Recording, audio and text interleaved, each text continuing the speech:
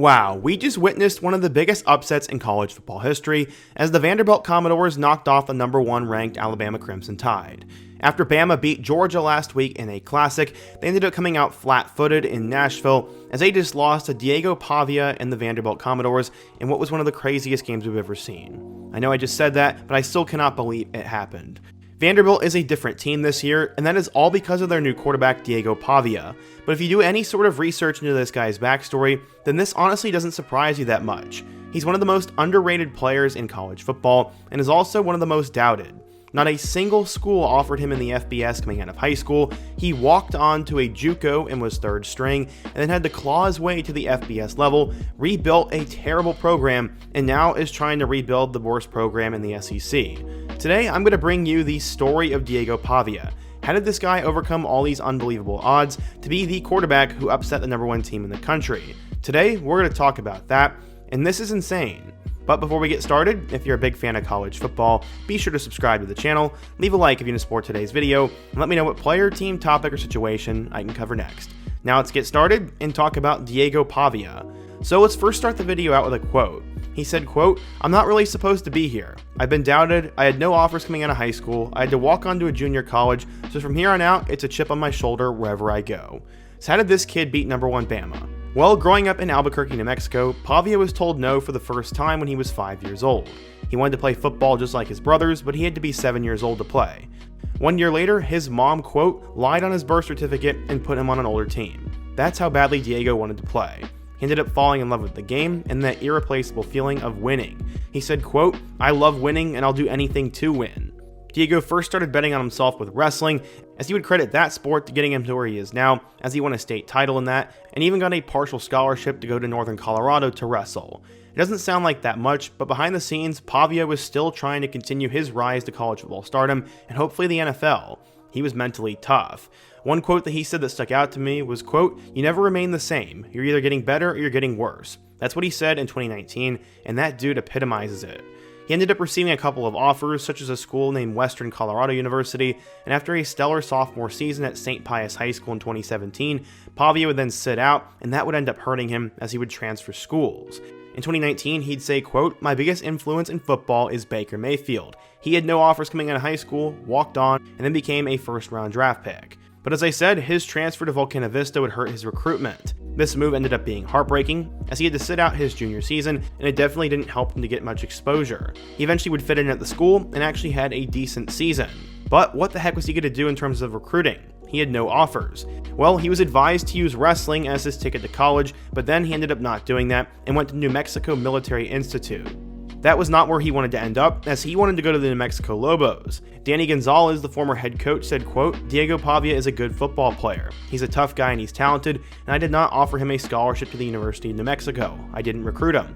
I thought we were in a different situation. Did I make a mistake? Maybe. Well, I tell every single New Mexico kid to prove me wrong, and he did, and he's a big-time player." He ended up leading his high school to an 11-0 regular season before suffering his first loss in the state semis. He ended up throwing for 1,400 yards with 14 touchdowns and 5 interceptions, and also ran for 464 yards and 9 touchdowns. No offense, but looking at his body of work, I don't really blame colleges for not going after him, but this is part of a great story. He was going to walk on at a JUCO program, and while he did have a 24/7 sports profile, there were no listed offers and he was a 0-star player. So how would he end up proving the world wrong? Well, he would decide to walk on to a JUCO program known as New Mexico Military Institute, and began there as a third-string quarterback, which sounds about right in this story. He'd eventually work his way up the depth chart, take over the team, and led the team to a National Junior College Athletic Association championship against #1 Iowa Western.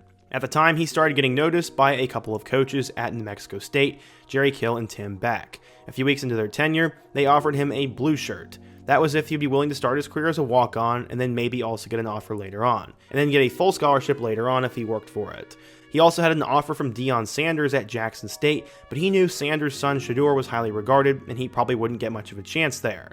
After Kill watched Pavia dominate in the championship game 31-13, he called to change his offer to a full ride.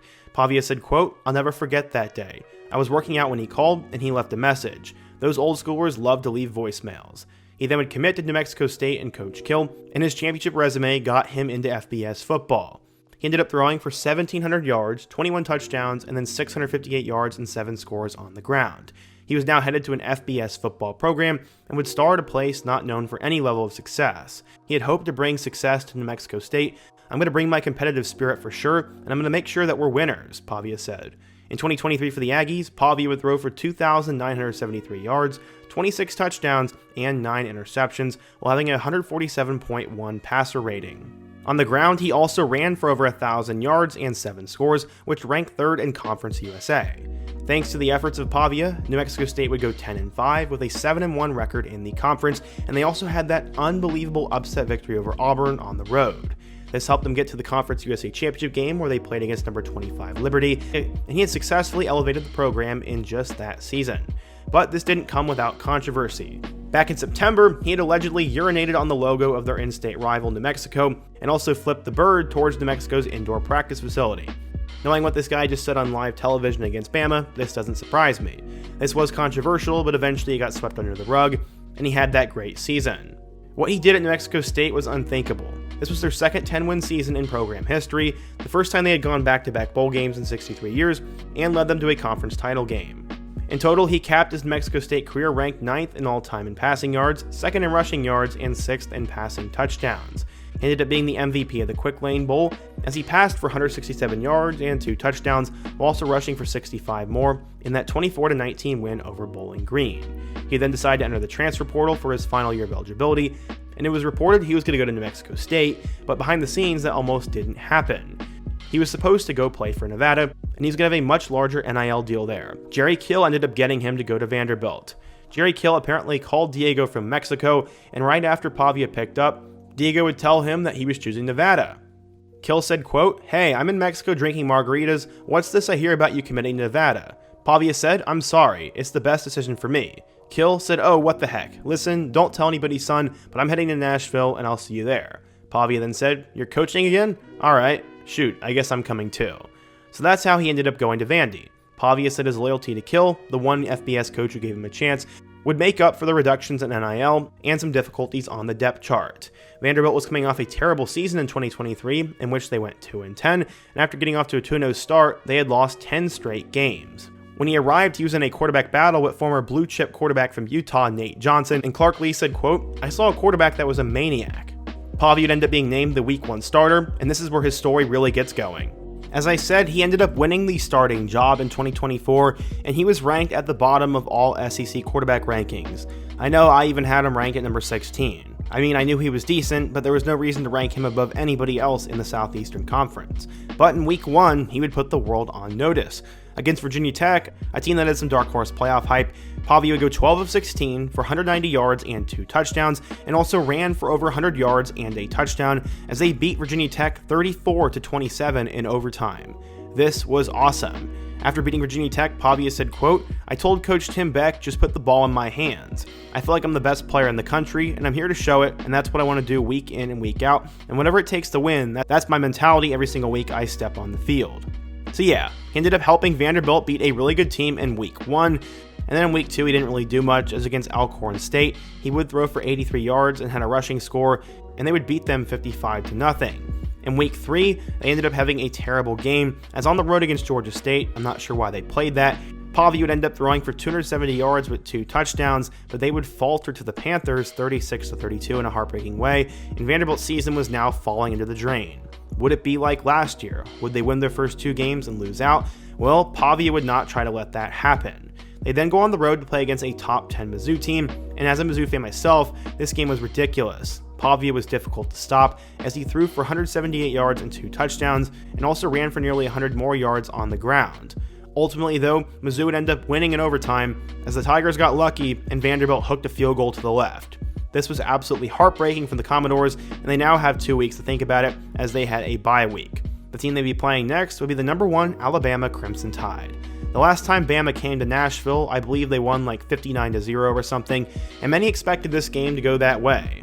Bama was fresh off a win against Georgia, and they looked like the best team in college football. That was arguably the biggest win anybody had all year in college football, and Jalen Milroe was playing like a Heisman frontrunner.